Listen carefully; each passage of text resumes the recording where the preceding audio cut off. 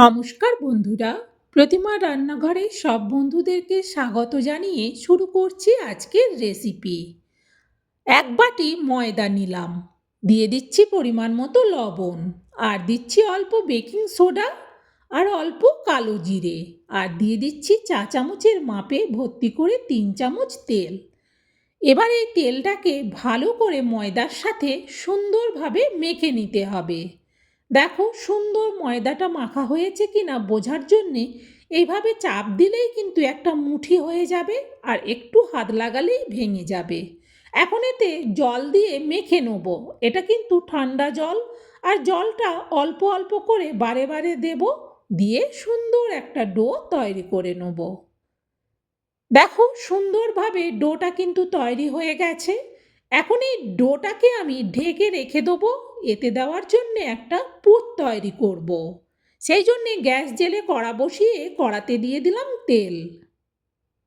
বেশ ভালো করে তেলটা গরম হওয়ার পর দিয়ে দিচ্ছি 1/2 চামচ গোটা জিরে।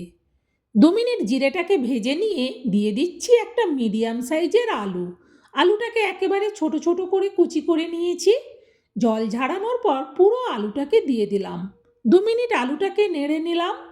এখন এতে দিয়ে দিচ্ছি ছোট বাটি ভর্তি করে 1 বাটি বাঁধাকপি। যেই বাটিতে করে আলু দিয়েছিলাম সেই বাটিরই 1 বাটি ভর্তি করে বাঁধাকপি। ভালো করে আলু আর বাঁধাকপি মিশানোর পর দিয়ে দিচ্ছি এতে পরিমাণ মতো লবণ, আর দিচ্ছি অল্প একটু চিনি। আবারও ভালো করে খুন্তি দিয়ে বাঁধাকপি আর আলুটাকে নেড়ে দিলাম। দিয়ে দিচ্ছি এতে পরিমাণ মতো হলুদ আর লঙ্কার গুঁড়ো। ভালো করে খুন্তি দিয়ে হলুদ আর লঙ্কার গুঁড়োটাকে মিশিয়ে নিলাম। দিয়ে দিচ্ছি অল্প কারি পাতা। খুন্তি দিয়ে আবারও কারি পাতাটাকে মিশিয়ে নিলাম। দিয়ে দিচ্ছি অল্প গ্রেট করা আদা। ভালো করে আদাটাকেও আলু আর বাঁধাকপির সাথে মিশিয়ে নিলাম। তারপর দিয়ে দিচ্ছি একটা মিডিয়াম সাইজের টমেটো। টমেটোটাকে পেস্ট করে মিডিলে দিয়ে দিলাম। এখন এতে দিয়ে দিচ্ছি মটরশুঁটি অল্প। ভালো করে কিন্তু খুন্তি দিয়ে নাড়াতে থাকবো। এখন দিয়ে দিচ্ছি এতে কিছুটা ছোলার ডাল। ছোলার ডালটা গরম জলে ভিজিয়েছিলাম, সেই জন্যে যেন হাফ সেদ্ধর মতো হয়ে গেছে। কড়াইটা নড়ছে বলে চিমটা দিয়ে ধরে ভালো করে একবার মিশিয়ে নিলাম। এতে এখন দিয়ে দিচ্ছি 1/2 চামচ ভাজা জিরে গুঁড়ো। জিরে গুঁড়োটাকেও মিশিয়ে নিলাম। নাবিয়ে নেবো এবার, তাই নাবানোর আগে দিয়ে দিচ্ছি কিছুটা ধনেপাতা কুচি।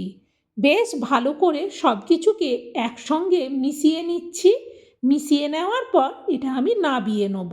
নাবিয়ে এই বড় স্টিলের প্লেটের মধ্যে রাখছি। এটা এখন বেশ গরম, এটাকে একটু সাইডে সরিয়ে দিচ্ছি। সরিয়ে রেখে দিয়ে একটা ছোট বাটি নিচ্ছি। ছোট বাটিতে করে নিয়ে নিচ্ছি আমি কর্নফ্লাওয়ার। 1 চামচ কর্নফ্লাওয়ার হলেই হয়ে যাবে আমার। দিয়ে দিচ্ছি পরিমাণ মতো তেল।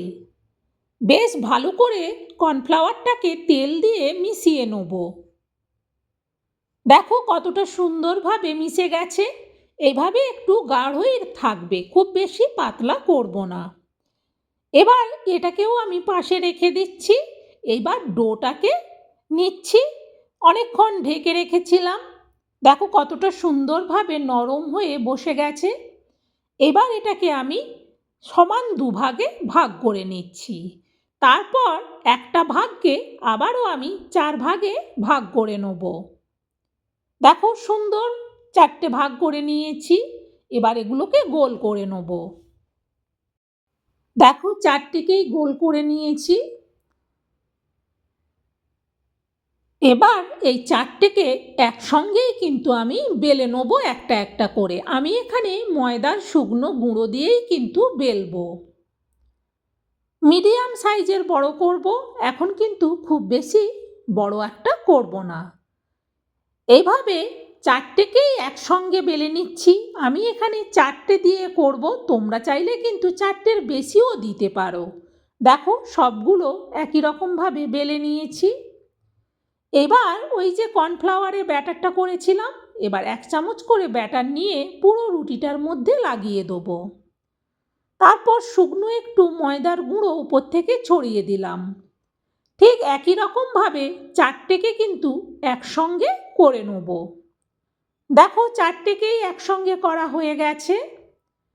এবার আবারও আমি এই 4টে রুটিকে একসঙ্গে যতটা সম্ভব বড় করে বেলে নেব।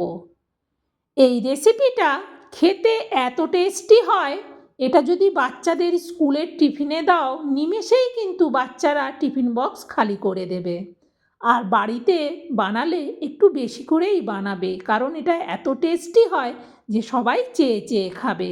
দেখো কতটা বড় করে নিয়েছি। এবার সাইড থেকে একটু করে আমি কেটে দেবো। কেটে দিলে তাহলে কিন্তু একটা চারকোনা শেপ হয়ে যাবে।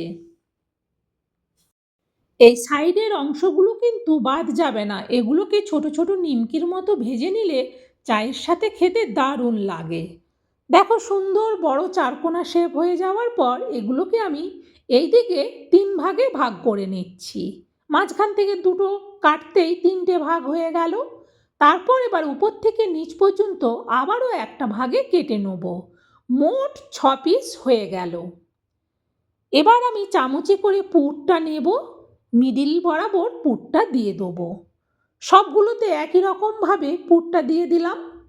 এবার একটা করে কণা ধরে আর একটা কণার সাথে জুড়ে দেবো। এটা দেখতে কিন্তু পুরো প্যাটিসের মতো হবে, তবে এটা প্যাটিসের থেকেও কিন্তু খেতে ভীষণ টেস্টি হবে এই পুরটার। আর যেহেতু সম্পূর্ণ নিরামিষভাবে বানাচ্ছি, তাই নিরামিষের দিনে যদি এটা বানাও সবাই কিন্তু ভীষণ খুশি হবে। দেখো কতটা সুন্দর 3 কোণা শেপে হয়ে গেছে প্যাটিসের মতো। থালার মধ্যে তুলে নিচ্ছি। এবার ভেজে নেব। গ্যাস জেলে কড়া বসিয়ে দিয়ে কড়াতে দিয়ে দিলাম তেল। খুন্তি দিয়ে তেলটাকে কড়ার উপর পর্যন্ত চাড়িয়ে নিচ্ছি, ততক্ষণে তেলটা বেশ ভালো করে গরম হয়ে গেছে। এখন গ্যাসের ফ্লেমটাকে কমিয়ে দিলাম। এতে প্রথমে আমি 3 পিস দিয়ে দিচ্ছি, কারণ একসাথে সবগুলো দিলে ওল্টাতে অসুবিধে হবে, তাই 3 পিস দিয়ে ভালো করে এগুলোকে ভেজে নেব। আর একই রকমভাবে কিন্তু সবগুলোকে ভেজে নিতে হবে। আর একটা এরভাবে ভাজতে ভাজতে বাকিগুলোকেও কিন্তু বেলে রেডি করে নেব। বন্ধুরা এগুলো ভাজা হয়ে গেছে, এগুলো আমি তুলে নিচ্ছি। বন্ধুরা এইভাবে সুন্দর প্যাটিস ডিজাইনের মুচমুচে এই নাস্তা বলো টিফিন বলো রেসিপিটা তোমাদের কেমন লাগলো সেটা অবশ্যই কমেন্ট করে জানিও। ভালো লাগলে একটা লাইক দিয়ে রেসিপি শেয়ার করার উৎসাহ আরও বাড়িয়ে দিও। আর তোমরাও এটা তোমাদের আত্মীয় বন্ধুবান্ধবদের মধ্যে শেয়ার করে দিও, যাতে এইভাবে সুন্দর রেসিপিটা সবাই বাড়িতে বানিয়ে নিতে পারে। এই রেসিপিটা যাকেই খাওয়াবে সেই কিন্তু প্রশংসা না করে পারবে না। সত্যিই বলছি ভীষণ টেস্টি রেসিপি, অবশ্যই একদিন বাড়িতে বানিও। আজকের মতো রেসিপি শেষ। আবার অন্য দিন অন্য রেসিপি নিয়ে চলে আসবো। ততক্ষণ তোমরা সবাই ভালো থেকো, সুস্থ থেকো।